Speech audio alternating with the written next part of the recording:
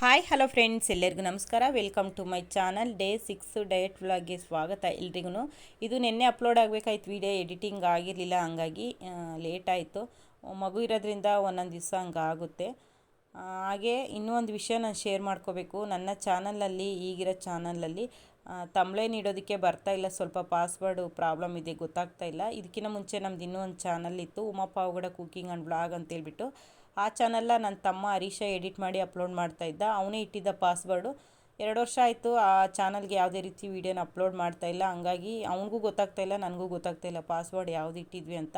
ಈಗ ಹೊಸ channel create ಮಾಡಿದ ಮೇಲೆ ಪಾಸ್ವರ್ಡ್ ಕೇಳ್ತಾ ಇದೆ ತಮ್ಲೈನ್ ಇಡೋದಕ್ಕೆ, ಹಂಗಾಗಿ ಸ್ವಲ್ಪ ಮಿಸ್ ಆಗಿದೆ. ಹುಡುಕ್ತೀವಿ, ಸರ್ಚ್ ಮಾಡ್ತೀವಿ, ಇಷ್ಟರಲ್ಲೇ ಪಾಸ್ವರ್ಡ್ ಸಿಕ್ಕಿದ್ದಾದಮೇಲೆ ತಮ್ಲೈನ ಇಡ್ತೀವಿ. ಹಂಗಾಗಿ ನಾನು ನನ್ನ ಫ್ಯಾಮಿಲಿಯಲ್ಲಾಗಲಿ ನನ್ನ ಫ್ರೆಂಡ್ಸ್ಗಾಗಲಿ ಯಾರಿಗೂ ಶೇರ್ ಮಾಡಿಲ್ಲ ಈ ಥರ ಯೂಟ್ಯೂಬ್ ಮಾಡ್ತಾಯಿದ್ನಿ ಅಂತ. ಯಾಕಂದರೆ ತಮ್ಲೈನ್ ಇನ್ನೂ ಇಟ್ಟಿಲ್ವಲ್ವ, ಹಂಗಾಗಿ ಹಾಗಂತ ನಾನು ಡಯಟ್ ಅಂತೂ ನೆಗ್ಲೆಕ್ಟ್ ಮಾಡ್ತಾಯಿಲ್ಲ, ತುಂಬ ಚೆನ್ನಾಗಿ ಮಾಡ್ತಾಯಿದ್ದೀನಿ. ಬನ್ನಿ ಡೇ 6 ಡಯಟ್ ಯಾವ ರೀತಿ ಹೋಗುತ್ತೆ ಅಂತ ನೋಡೋಣ. ಇವತ್ತು ಸೋಮವಾರ, ಸಂಕಷ್ಟಹರ ಚತುರ್ಥಿ, ಹಾಗಾಗಿ ಗಣೇಶನಿಗೆ ಪೂಜೆ ಮಾಡುವ ಮೂಲಕ ನನ್ನ ವ್ಲಾಗ್ನ ಶುರು ಮಾಡಿದ್ನಿ. ನೋಡಿ, ಗಣೇಶಗೆ ಇವತ್ತು ಗರಿಕೆ ಇಟ್ಟು ಪೂಜೆ ಮಾಡೋಣ ಅಂತೇಳ್ಬಿಟ್ಟು ಗರಿಕೆ ಕಿತ್ಕೊಳ್ಳೋಣ ಅಂತ ಬಂದಿದ್ದೀನಿ. ನಮ್ಮ ಮನೆ ಮುಂದೆನೇ ಬೆಳೆಸಿದ್ದೀನಿ. ರಾಯರಿಗೆ ತುಳಸಿ ಪತ್ರೆ ಆಗಿ ಗಣೇಶನಿಗೆ ಗರಿಕೆ ವಾರಕ್ಕೆ ಒಂದೊಂದು ಟೈಮು 2 ಟೈಮ್ ನಾನು ಕಿತ್ತು ಮುಡಿಸ್ತಾ ಇರ್ತೀನಿ ಗಣೇಶನಿಗೆ ಗರಿಕೆ. ಹಾಗೆ ರಾಘವೇಂದ್ರ ಸ್ವಾಮಿಗಂತೂ ಸೋಮವಾರ ಮತ್ತು ಗುರುವಾರ ಮಿಸ್ ಮಾಡಲ್ಲ ತುಳಸಿ ಪತ್ರೆನ. ಈಗ ನೋಡಿ, ಗರಿಕೆ ಒಣಗಿರೋದೆಲ್ಲ ಕಿತ್ತಾಕ್ಬಿಟ್ಟು ನೀಟಾಗೆಲ್ಲ ತೊಳೆದು ಗಣೇಶನಿಗೆ ಪೂಜೆ ಮಾಡ್ತೀನಿ. ಈಗ ನಿನ್ನೆ ಪೂಜೆ ಮಾಡಿದ್ದು, ಈಗ ಹೂವು ಎಲ್ಲ ತೆಗಿತಾ ಇದ್ದೀನಿ. ದೇವ್ರ ಸಾಮಾನೇನು ತೊಳಿತಾ ಇಲ್ಲ ಇವತ್ತು, ಯಾಕಂದರೆ ಮೊನ್ನೆ ಎಲ್ಲ ಕ್ಲೀನಾಗೆಲ್ಲ ತೊಳೆದು ಪೂಜೆ ಮಾಡಿದ್ದೆ. ಹಂಗಾಗಿ ಇವತ್ತು ಹೂವು ಮಾತ್ರ ಚೇಂಜ್ ಮಾಡಿ ನೀಟಾಗೆಲ್ಲ ದೇವ್ರ ಮನೆ ಒರೆಸ್ಬಿಟ್ಟು ಹೂವು ಇಟ್ಟು ದೀಪ ಹಚ್ತೀನಿ. ದೇವ್ರ ಮನೆಯೆಲ್ಲ ನೀಟಾಗಿ ಒದ್ದೆ ಬಟ್ಟೆಯಲ್ಲಿ ಕ್ಲೀನ್ ಮಾಡಿದ್ದೀನಿ. ಈಗ ಪೂಜೆಗೆಲ್ಲ ರೆಡಿ ಮಾಡ್ಕೊಂಡಿದ್ದೀನಿ. ಗಣೇಶನ ಗರಿಕೆ ಹೂವು ಎಲ್ಲ ಇಟ್ಟು ದೀಪನ ಹಚ್ಚಿ ಹಣ್ಣಿಟ್ಬಿಟ್ಟು ಪೂಜೆನ ಮಾಡ್ತೀನಿ. ಡಯಟ್ ಅನ್ನೋದು ತುಂಬ ಕಷ್ಟ ಇದೆ, ಹಾಗೆ ತುಂಬ ಈಸಿ ಕೂಡ ಇದೆ. ಕಷ್ಟ ಯಾವ ರೀತಿ, ಈಸಿ ಯಾವ ರೀತಿ ಅಂದರೆ, ನಾವು ಮನಸ್ಸಿನ ಮಾತು ಕೇಳಿದರೆ ತುಂಬ ಕಷ್ಟ ಡಯಟ್ ಮಾಡೋದು, ತುಂಬ ನೆಗ್ಲೆಕ್ಟ್ ಮಾಡ್ತೀವಿ. ಆದರೆ ಒಂದು ಸಲ ನಾವು ಮೈಂಡಿಗೆ ಫಿಕ್ಸ್ ಆದರೆ ತುಂಬ ಈಸಿ, ಇಷ್ಟೇ ನಾ ಡಯಟ್ ಮಾಡೋದು ಅನಿಸುತ್ತೆ. ನಾವು ಯಾವತ್ತೇ ಆಗಲಿ ನಾವು ಮೈಂಡ್ಗೆ ಫಿಕ್ಸ್ ಆಗಬೇಕು, ಮನಸ್ಸಿನ ಮಾತು ಕೇಳಬಾರ್ದು. ಮನಸ್ಸು ತುಂಬ ಚಂಚಲ, ಒಂದು ಸಲ ಇದ್ದಿದ್ದು ಮನಸ್ಸು ಇನ್ನೊಂದು ಸಲ ಇರಲ್ಲ, ತುಂಬ ನೆಗ್ಲೆಕ್ಟ್ ಮಾಡ್ತೀವಿ. ಹಂಗಾಗಿ ನಾವು ಮೈಂಡ್ ಮಾತು ಕೇಳಿ ಫಿಕ್ಸ್ ಆಗಬೇಕು. ಒಂದು ಸಲ ಮೈಂಡಿಗೆ ಫಿಕ್ಸ್ ಆಗಿದ್ವಿ ಅಂದರೆ ಅದನ್ನ ಚೇಂಜ್ ಮಾಡೋಕ್ಕಾಗಲ್ಲ. ನಾನು ಚಿಕ್ಕವನು ಪ್ರೆಗ್ನೆಂಟಲ್ಲಿ ಸುಮಾರು ವೆಯ್ಟ್ ಗೇನ್ ಆದೆ, ಒಂದು 84-85 kgವರೆಗೂ ನಾನು ವೆಯ್ಟ್ ಗೇನ್ ಆದೆ.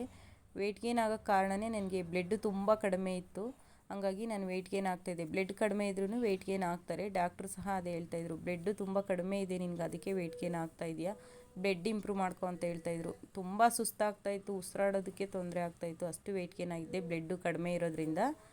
ಮತ್ತು ಇವ್ನು ಡೆಲಿವರಿಗೆ ಸಹ ನನಗೆ ಸ್ವಲ್ಪ ಕಷ್ಟವೇ ಆಯಿತು. ಡೆಲಿವರಿ ಆದಮೇಲೂ ನಾನು 74 ತನಕನೂ ಇದ್ದೆ.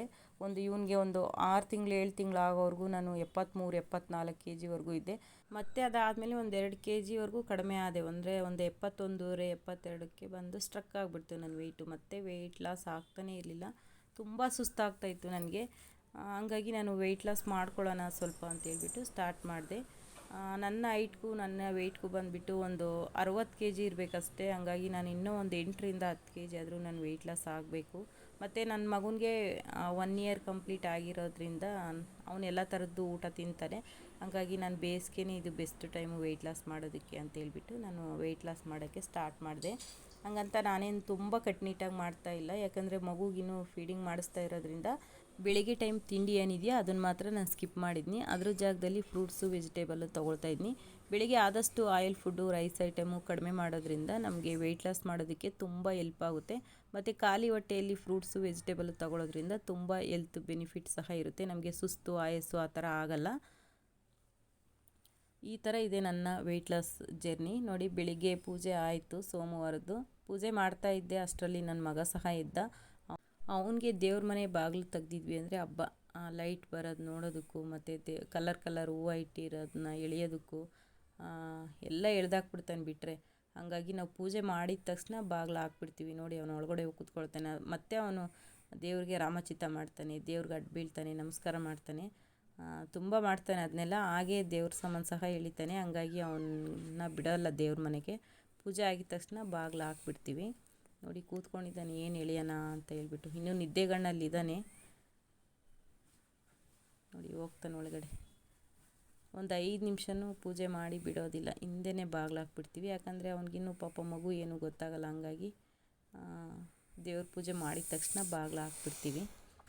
ಇದಾದಮೇಲೆ ಇವತ್ತು ಸಂಕಷ್ಟಹಾರ ಚತುರ್ಥಿ ಆಗಿರೋದ್ರಿಂದ ನಾವು ಮುಂಚೆ ಉಪವಾಸ ಇರ್ತಿದ್ವಿ, ಇತ್ತೀಚೆಗೆ ಇರ್ತಾಯಿಲ್ಲ ಮಗು ಇರೋದ್ರಿಂದ. ಹಂಗಾಗಿ ಮಧ್ಯಾಹ್ನದ ತನಕ ನಾನು ಇವತ್ತು ಏನೂ ತೊಗೊಂಡಿರಲಿಲ್ಲ, ಅಂದರೆ ಫ್ರೂಟ್ಸ್ ಆಗಲಿ ವೆಜಿಟೇಬಲ್ ಆಗಲಿ ಏನೂ ತೊಗೊಂಡಿರಲಿಲ್ಲ. ಬೆಳಗ್ಗೆ ಬಿಸಿನೀರು ಮತ್ತು ಸ್ವಲ್ಪ ಕಾಫಿ ಆದಮೇಲೆ ನಾನು ಒನ್ ಟೈಮ್ ಆದರೂ ಇವತ್ತು ಉಪವಾಸ ಇರೋಣ ಅಂತೇಳ್ಬಿಟ್ಟು ಮಧ್ಯಾಹ್ನ 1 ಗಂಟೆ 1:30 ಆಗಿತ್ತು, ಅಲ್ಲಿ ತನಕ ನಾನು ಏನೂ ತೊಗೊಂಡಿರಲಿಲ್ಲ. ಅದಾದಮೇಲೆ ನನ್ನ ಮಗನಿಗೂ ನನಗೂ ಸೇರಿಸ್ಬಿಟ್ಟು ಇದು ರಾಗಿ ಸರಿ ಥರ ಮಾಡಿದ್ದೆ.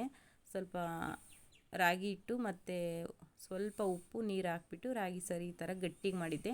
1-2 ಸ್ಪೂನ್ ತಗೊಂಡು ನಾನು 1-2 ಸ್ಪೂನ್ ಮೊಸರು ಹಾಕ್ಬಿಟ್ಟು ನೀರು ಹಾಕ್ಬಿಟ್ಟು ನೀಟಾಗಿ ಮಿಕ್ಸ್ ಮಾಡ್ಕೊಳ್ತಾಯಿದ್ನಿ. ರಾಗಿ ಅಂಬಲಿ ಥರ ಮಾಡ್ಕೊಳ್ತಾಯಿದ್ನಿ ತೆಳುವಾಗಿ. ಇದನ್ನು ಸುಮಾರು ಆಗಲೇ 1:30 ಆಯಿತು ಆ ಟೈಮಲ್ಲಿ ತೊಗೊಂಡಿದ್ನಿ. ನನ್ನ ಮಗನಿಗೆ ಸ್ವಲ್ಪ ಮೊಸರು ಹಾಕ್ಬಿಟ್ಟು ಗಟ್ಟಿಗೆ ರಾಗಿ ಸರಿ ಥರ ತಿನ್ನಿಸ್ತೀನಿ. ಇದು ಈಗ 1:30 ಟೈಮ್ಗೆ ನಾನು ತೊಗೊಂಡಿದ್ನಿ. ಅದಾದಮೇಲೆ ಈಗ ಮಧ್ಯಾಹ್ನ ಅಡುಗೆ ಮಾಡಬೇಕು. ಹಂಗಾಗಿ ನುಗ್ಗೆ ಸೊಪ್ಪಿತ್ತು, ನುಗ್ಗೆ ಸೊಪ್ಪು ಬಸ್ಸಾಂಬಾರು ಮಾಡೋಣ ಅಂತೇಳ್ಬಿಟ್ಟು ನುಗ್ಗೆ ಸೊಪ್ಪನ್ನ ತೊಗೊಂಡಿದ್ನಿ. ಇದು ನಾನು ವಾಯ್ಸ್ ಓವರು ಹಂಗೆ ಡೈರೆಕ್ಟ್ ವಾಯ್ಸ್ ಕೊಡಬೇಕು ಅಂತೇಳ್ಬಿಟ್ಟು ಮಾತಾಡಿದ್ನಿ, ಆದರೆ ಕೊಡೋಕ್ಕಾಗಲಿಲ್ಲ. ತುಂಬ ಸೌಂಡ್ ಇತ್ತು. ನಮ್ಮ ಮನೆ ಎದುರುಗಡೆನೇ ಅಪಾರ್ಟ್ಮೆಂಟ್ ಕೆಲಸ ನಡೀತಾ ಇದೆ. ಬೆಳಗ್ಗೆ 5 ಗಂಟೆಯಿಂದ ನೈಟ್ 10 ಗಂಟೆವರೆಗೂ ಕೆಲಸ ನಡೀತಾನೆ ಇರುತ್ತೆ. ಹಂಗಾಗಿ ತುಂಬ ಸೌಂಡ್ ಇತ್ತು, ವಾಯ್ಸ್ ಓವರ್ ಕೊಡ್ತಾಯಿದ್ನಿ. ನುಗ್ಗೆ ಸೊಪ್ಪು ಬಸ್ಸಾಂಬಾರಿಗೆ ಮತ್ತು ಹುರುಳಿಕಾಳು ಮೊಳಕೆ ಹಾಕಿ ಮಾಡ್ತಾಯಿದ್ನಿ. ತುಂಬ ಹೆಲ್ತ್ ಬೆನಿಫಿಟ್ ಇದೆ ನುಗ್ಗೆ ಸೊಪ್ಪಲ್ಲಾಗಲಿ ಈ ಮೊಳಕೆ ಕಾಳುಗಳಲ್ಲಾಗಲಿ ತುಂಬ ಹೆಲ್ತ್ ಬೆನಿಫಿಟ್ ಇರುತ್ತೆ. ನುಗ್ಗೆ ಸೊಪ್ಪು ತಿನ್ನೋದ್ರಿಂದ ಬ್ಲಡ್ ಇಂಪ್ರೂವ್ ಆಗುತ್ತೆ ಮತ್ತು ಅದರಲ್ಲಿ ಕ್ಯಾಲ್ಶಿಯಮ್ ಅತಿ ಹೆಚ್ಚಾಗಿರುತ್ತೆ. ನನ್ನ ಪ್ರೆಗ್ನೆಂಟಲ್ಲಂತೂ ಡಾಕ್ಟ್ರು ನುಗ್ಗೆ ಸೊಪ್ಪು ಜಾಸ್ತಿ ಬಳಸು ಅಂತ ಹೇಳಿದರು. ನನಗೆ ನುಗ್ಗೆ ಸೊಪ್ಪು ಅಂದರೆ ತುಂಬ ಇಷ್ಟ. ನುಗ್ಗೆ ಸೊಪ್ಪಿಗೆ ಮೊಳಕೆ ಕಾಳು ಮತ್ತು ಬೇಳೆ ಹಾಕ್ಬಿಟ್ಟು ಮಾಡ್ತಾಯಿದ್ನಿ ಇವತ್ತು. ನೋಡಿ, ನುಗ್ಗೆ ಸೊಪ್ಪು ನೀರೆಲ್ಲ ಚೆನ್ನಾಗಿ ಕಾದ್ಮೇಲೆ ನುಗ್ಗೆ ಸೊಪ್ಪು ಇಟ್ಟಿದ್ನಿ. ಇನ್ನೊಂದು ಕಡೆ ಮೊಳಕೆ ಕಾಳನ್ನು ಮತ್ತು ಬೇಳೆ ಬೇಯಿಸ್ಕೊಂಡ್ಬಿಟ್ಟು ಈಗ ಅದಕ್ಕೆ ಹಾಕ್ಕೊಳ್ತಾಯಿದ್ನಿ. ಇದಕ್ಕೆ ರುಚಿಗೆ ತಕ್ಕಷ್ಟು ಉಪ್ಪು ಹಾಕ್ಬಿಟ್ಟು ಹೀಗೆ ಓಪನ್ ಪ್ಯಾನಲ್ಲೇ ಬೇಯಿಸ್ಕೋಬೇಕು. ಇದಕ್ಕೆ ಪ್ಲೇಟ್ ಏನು ಮುಚ್ಚಬಾರ್ದು. ಪ್ಲೇಟ್ ಮುಚ್ಚಿದರೆ ಒಗ್ನೆಟ್ಟುತ್ತೆ ಅಂತಾರೆ, ಅಂದರೆ ಕಹಿ ಬರುತ್ತೆ ಸಾಂಬಾರು ಸೊಪ್ಪು.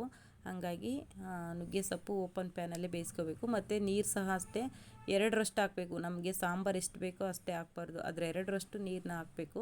ಹಂಗಿದ್ದಾಗ ಮಾತ್ರ ಸಾಂಬಾರು ಟೇಸ್ಟು ಚೆನ್ನಾಗಿ ಬರುತ್ತೆ, ಇಲ್ಲಾಂದರೆ ಒಂದು ಸ್ವಲ್ಪ ಕಹಿ ಕಹಿ ಇರುತ್ತೆ. ನೋಡಿ, ನುಗ್ಗೆ ಸೊಪ್ಪು ಬೇಯ್ತಾ ಇದೆ. ನಾನು ಇದಕ್ಕೆ ಪ್ಲೇಟ್ ಏನು ಮುಚ್ಚಿಲ್ಲ, ಹಾಗೆ ಬೇಯಿಸ್ಕೊಳ್ತಾ ಇದ್ದೀನಿ.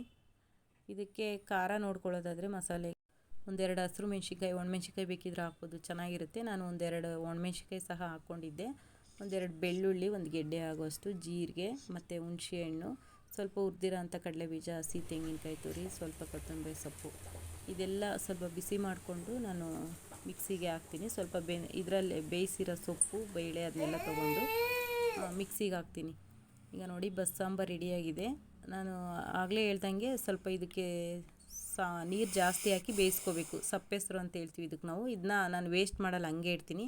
ನೆಕ್ಸ್ಟ್ ಡೇ ಇದಕ್ಕೆ ಒಂದು ಸ್ವಲ್ಪ ಒಣಮೆಣ್ಸಿನ್ಕಾಯಿ ಹುರ್ಕೊಂಡು, 1 ಟೊಮೊಟೊ, ಹುಣಸೆಹಣ್ಣು, ಬೆಳ್ಳುಳ್ಳಿ, ಕೊತ್ತಂಬರಿ ಸೊಪ್ಪೆಲ್ಲ ಮಿಕ್ಸಿಗೆ ಹಾಕ್ಬಿಟ್ಟು ಈ ರಸಕ್ಕೆ ಮಿಕ್ಸ್ ಮಾಡಿ ಮತ್ತು ನಾಳೆ ಅನ್ನ ರಸದ ಥರ ಊಟ ಮಾಡ್ತೀವಿ.